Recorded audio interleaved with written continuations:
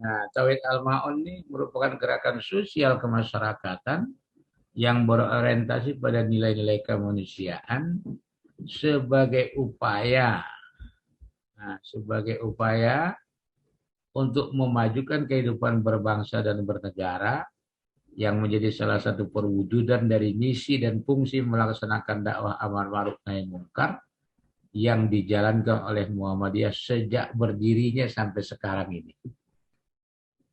Gerakan dakwah amar ma'ruf nahi munkar di atas dilakukan oleh Muhammadiyah sesuai dengan kepribadian, keyakinan, dan cita-cita hidup serta khitah perjuangannya sebagai wujud komitmen dan tanggung jawab dalam mewujudkan baldatun thayyibatun warabun ghafur, negeri indah dan penuh dengan ampunan Allah. Ya, nah ini kepribadian Muhammadiyah itu apa, keyakinan dan cita-cita Muhammadiyah itu apa, khitah Muhammadiyah seperti apa. Ini nanti ada materi tersendiri, ya. Ketika nanti kita bicara tentang ideologi Muhammadiyah.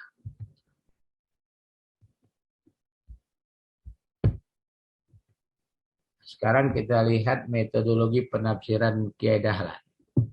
Pertama, tahu arti ayatnya. Jadi baca ayat Quran, ada terjemahnya, dia baca, dia tahu artinya. Kalau sudah tahu artinya, pahami tafsir dan maksudnya. Apa maksud ayatnya? Lalu langkah selanjutnya, kalau bertemu ayat larangan, tanya pada diri sendiri. Apakah larangan itu sudah ditinggalkan? Sebaliknya bertemu ayat perintah, tanya juga pada diri sendiri, sudahkah perintah itu dilakukan? Nah, langkah berikutnya kata Kiai Dahlan, jika larangan belum ditinggalkan, perintah belum diamalkan, maka jangan membaca ayat yang lain. Wah, ini sebetulnya keras sekali ya. Nggak boleh baca ayat lain kalau belum mengamalkan isi kandungan ayat perintah atau larangan yang sudah dibaca. Misalnya, aqimus sholat wa atuz zakat, tegakkan sholat, bayar zakat. Nah, kamu kalau belum menegakkan sholat setelah membaca ayat itu, kata Kiai Dahlan, nggak usah baca ayat yang lain lagi. Tidak usah baca ayat yang lain dulu. Karena ayat itu belum diamalkan. Kiai Dahlan memunasabahkan, munasabah ini menghubungkan ya. Munasabah surat Al-Ma'un dengan At-Taubah 3435 dimunasabahkan oleh Kiai Dahlan. Kemudian dia menyebut ayat ini tidak saja mengancam orang yang tidak mengeluarkan zakat, tetapi mengancam juga siapa saja yang menyimpan harta hanya untuk kepentingan diri sendiri, tidak mendermakannya di jalan Allah.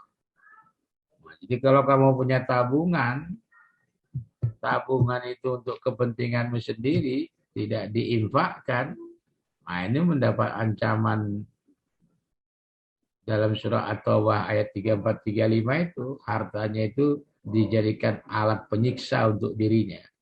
Jadi hartanya itu dipanaskan, disetrikakan ke badannya. Lebih lanjut, Dahlan mengajarkan untuk bekerja keras, jangan malas, cari harta yang halal untuk bisa menutupi kebutuhan diri sendiri dan keluarga. Seperlunya saja, jangan bermewah-mewah. Selebihnya didermakan, diinfakkan di jalan Allah. Muktamar Muhammadiyah ke-45 tahun 2005 di Malang mengamanatkan kepada Majelis Tarjih untuk menyusun konsep teologi Al-Ma'un.